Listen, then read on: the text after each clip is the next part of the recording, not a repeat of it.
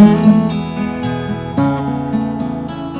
you've had a few days to kind of calm down from this trip, but when you get back to Knoxville after meeting the Holy Father, what are people saying to you? Oh, everybody just wants to know, what was it like? Did you really get to meet the Holy Father? And, you know, what did you think about Rome? And it's just also, it was so overwhelming in a wonderful way that it's been hard to even put it into words, truly. You know, every day I just kind of remember more of the details and look at the pictures and kind of process it a little. It's a lot to take in, you know. Did you wonder how this ever came to be? Yes, every day. And I'm just grateful it did. I can't explain how, other than Bishop's generosity and, you know, the fact that Michael Hendershot was getting ordained to the transitional, or as a deacon, the order of deacon. And, you know, I got to help him process his papers to enter the seminary at that point, and so I've kind of started off with him, and it's been wonderful to see it through like that. So your original plan was to go for the ordination then? That was the purpose of my going, was, you know, yeah, Bishop Sticca invited me to go over to the ordination, and so that's what got everything started, and that was the primary reason to go, and that was one of the biggest blessings of the trip.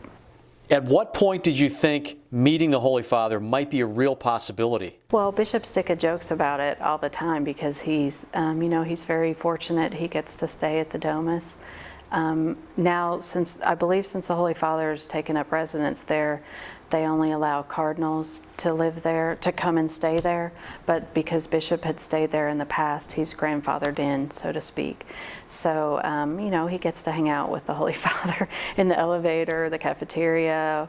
You know, he gets to go to Mass with him in the mornings. And so he joked about, you know, getting me in and getting Dorothy in. And then, you know, he started talking about it more like it might actually happen, and, you know, but barring any unforeseen circumstances. So, you know, it's just more than you can think of. Of anybody in the world I'd want to meet, it would be the Holy Father. So I just couldn't even fathom that was going to happen. So you're excited to meet the Pope, but you realize that until it actually happens, it's still possible that it might not happen? Yeah, well, because I've been Bishop Sticca's secretary for 5 years, I've seen what unforeseen circumstances mean.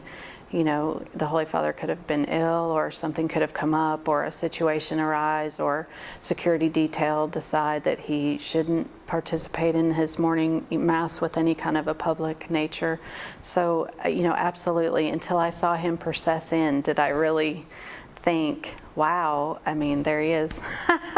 There he is, right there, this far from me. So, yes, until that very moment, it was not, you know, I could easily see it not happening. So you're in line, and as you're approaching, did you rehearse what you wanted to say?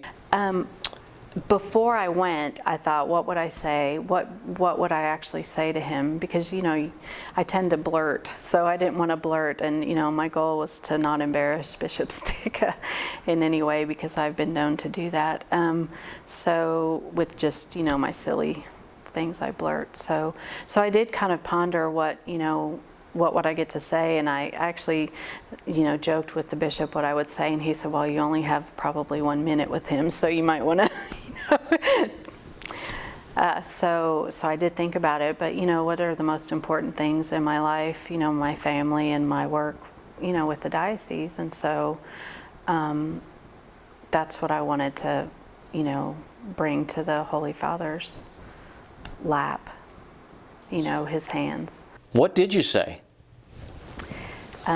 Well, when I first approached him, the priest who had brought in some people as well had come back over to speak to him. So I actually was standing there in front of him for a couple extra minutes because I kind of got bumped, you know, but I'm standing right in front of him. So, you know, but it just seemed, I think I was holding my breath, you know, because he's literally right here. So then Bishop Sticca starts talking and introduces me to the Holy Father, and he actually joked that, you know, this is Peggy, my assistant, who runs the diocese. You know, and in the pictures you can see where the Holy Father's chuckling, so so that kind of helped me, you know, kind of release a little of my anxiety. And then the Holy Father looked at me and just, said, please pray for me and I'll pray for you. And immediately I just thought, and I said, oh, Holy Father, I bring with me all the prayers and love of the people of the Diocese of Knoxville. We love you dearly. We'll pray for you often. And it's my privilege to get to bring you to represent the people with our love and our prayers. And he said, oh, thank you. And then I said, oh, Holy Father, would you please, bless my family, my extended family, the people I work with. I ask for special blessings for my work with Bishop Sticka, because it's a service, it's a ministry, and to do God's will through that for Bishop. And then I also ask him to help me grow closer to the Blessed Mother, because I feel like being a mother is really important to me, and I've turned to her for comfort. So I just wanted to be closer to her and to serve the church through her. So I asked for the blessing. What was your impression of him as a person, not just as the Holy Father, but as a human being?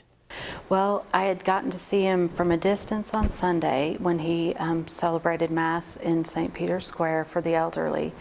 And there were several testimonials, and he was, we could see him on the big screen, and his expressions, he listened to every word. He felt the pain of the people who were sharing. And his compassion is just expansive. He's a sea of love and compassion, really and truly. I mean, he was with those people. He was present to them. He thanked them. He paid great attention to what they were saying. Showed great concern. And then we got to celebrate, be part of Mass. He was the celebrant at Mass. So even though it was in Italian, the Mass is universal. So I knew what, was happening. But during his homily, he goes off script. They print his homily for his morning masses, so we could read it later, and he had it in front of him.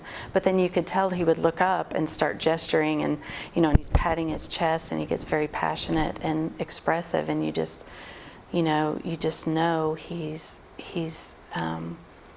got the weight of the world on his shoulders. That's why he needs all the prayers.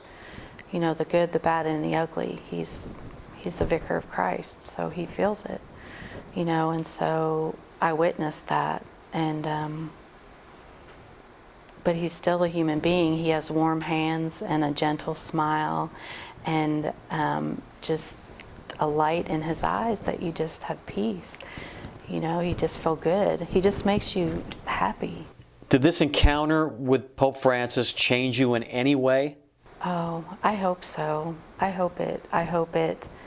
The joy of that moment, I want to bring back and share. I want to share that with everyone. As a matter of fact, when we went out, my dear friend Lisa was the guide on our pilgrimage, and I had joked with her that I might get to meet the Holy Father.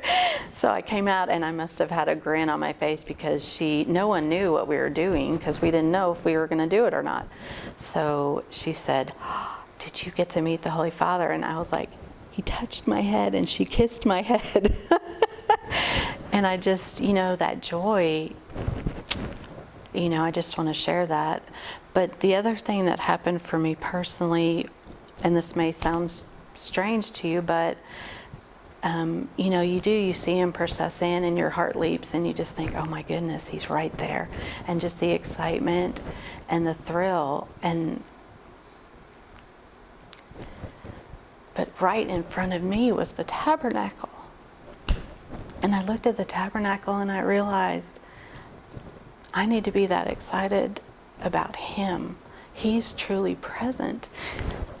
He's right there, and so to have the Holy Father, I'm a very visual person, and I saw Christ.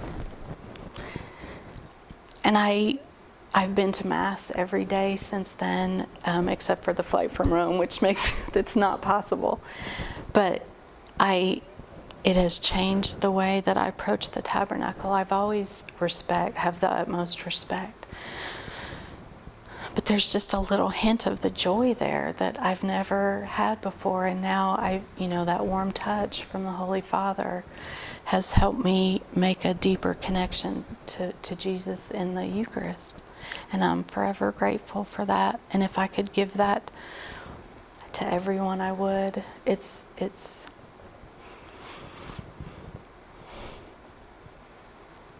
a gift, and I'm grateful to, without Bishop Sticca and Cardinal Regali, I wouldn't have had that experience. And I do believe it's changed my life. And I'll do my best to share it in any way I can. I still get grouchy when I answer the phone, but but I have so much hope. That's a great answer. Did your encounter at Mass with the Pope and realizing you were there at Mass, how much different is that from, just going to Sunday Mass or going to daily Mass back home? He celebrates Mass. A Mass is a Mass. It's the same Mass that I went to this morning with Father Joe at the cathedral. It's the same Mass that I experienced in Haiti. It's the readings are the same. You can look up the readings in English on your, my little smartphone. Although I wasn't allowed to have my phone out because security, no phone. So yeah, the Mass is the Mass is the Mass, which is remarkable. And that was the other thing. I could go on forever, so you'll have to cut me off. But after we had Mass, we got to go on the Scavi tour, which is when you go and you actually go down and see the bones of St. Peter. But the seminarian who took us on the journey really explained things for us, and you just feel, you're there. That's how the church started, right there. Peter's the rock, and it's underneath the chair of St. Peter, the altar, that we then got to go to the ordination Mass, and that is where Cardinal Wuerl celebrated Mass and ordained Michael Hendershot as a deacon for the Diocese of Knoxville. And that connection, 2,000 years later, it's real. There's dirt right there. You feel it, and you go upstairs, and there's the altar, and it's straight down. If you dropped a dime down, it would go straight from that altar all the way down to where Peter's bones are. And that was another tangible. The church is real, and it's consistent, and it's authentic, and it's 2,000 years old. And Jesus, I trust in you. We mess things up. We're human beings, but He's not, and He keeps it holy and true. And that's a great gift to take home too. So your first trip to Rome, what'd you think, and would you do it again? Oh my gosh, I loved every minute of it. The people being in the square, hearing all the different, you could hear 12 different languages around you, and it's amazing. And half the people there aren't Catholic, and that was really exciting too. And getting to see Sister Jean Marie, who I adore, and the local culture, and then the art. And I need to buy a couple books now so I can relive that, and the Sistine Chapel, and hearing stories. It was all just phenomenal, and getting to spend that time in a different way with Bishop Sticca outside the office and the Cardinal. It's, a huge, blessing. I can't even, I'm just grateful, and can't top it. Nothing can top this, so. Next time I'll bring my husband and show him, but it's just a great gift, and I'm grateful.